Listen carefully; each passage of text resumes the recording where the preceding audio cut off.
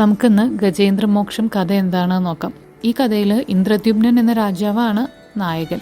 അദ്ദേഹം ഒരിടത്ത് ധ്യാനനിരതനായി ഇരിക്കുന്ന സമയത്ത് അഗസ്ത്യമുനി അവിടേക്ക് വരുന്നു. പക്ഷെ മുനിയെ കണ്ടില്ല എന്നുള്ളതുകൊണ്ട് രാജാവ് മുനിയെ ആദരിച്ചില്ല. ഇത് അഗസ്ത്യനെ ക്ഷുഭിതനാക്കി. നീ ഒരു ആനയായിട്ട് ഏറെക്കാലം ജീവിക്കുമെന്ന് ശപിക്കുകയും ചെയ്തു. ശാപമോക്ഷം എന്നോണം അഗസ്ത്യ മഹർഷി പിന്നീട് പറഞ്ഞു, വിഷ്ണുവിനെ ധ്യാനിച്ച് പിന്നീട് മോക്ഷപ്രാപ്തിയിലേക്ക് ഉയരും.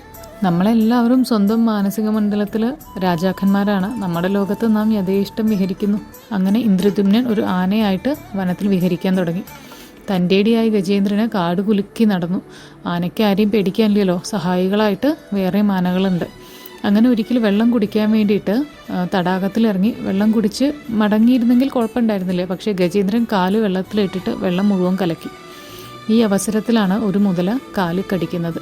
തുടക്കത്തിൽ എത്രയോ നിസ്സാരമായ ഒരു കാര്യമായിട്ടാണ് ഗജേന്ദ്രന് തോന്നിയത്. തൻ്റെ മുമ്പിലൊരു മുതലയ്ക്ക് എന്ത് പ്രസക്തിയാണുള്ളത്, തനിക്ക് വേണ്ടി ജീവൻ ബലിയർപ്പിക്കാൻ വേറെയും ആനകളുണ്ട്, ഇതൊക്കെയാണ് ഗജേന്ദ്രൻ വിചാരിച്ചത്. അങ്ങനെ മുതലയോടുള്ള പരിഹാസം മനസ്സിൽ ഉറപ്പിച്ച് കാല് വലിച്ചു. അതോടെ മുതലയുടെ പല്ലുകൾ കാലിൽ കോർത്തു. ഗജേന്ദ്രൻ ക്ഷീണിതനായി. മുതല ഗജേന്ദ്രനെ വെള്ളത്തിലേക്ക് വലിച്ചു കൊണ്ടുപോവാണ്. ഈ അവസരത്തിൽ ബാക്കി എല്ലാ ആനകളും സഹായിക്കാൻ വന്നുവെങ്കിലും അതെല്ലാം നിഷ്പ്രഭമായി. നിസ്സാരെന്ന് കരുതുന്ന ഒരു തീപ്പൊരിയാണ് ഒരു അഗ്നിയായിട്ട് മാറുന്നത്. കുറച്ചു നേരം കഴിഞ്ഞപ്പോൾ സഹായികളൊക്കെ സ്ഥലം വിട്ടു. ഗജേന്ദ്രൻ ഒറ്റയ്ക്കായി. ജീവൻ മരണ പോരാട്ടം. കുറേ കാലങ്ങൾ അങ്ങനെ കടന്നുപോയി. അതോടെ അഹങ്കാരം നശിച്ചു. ഒരു താമര എടുത്തിട്ട് മഹാവിഷ്ണു ഭഗവാനെ പ്രാർത്ഥിച്ചിട്ട് അർച്ചന ചെയ്തു.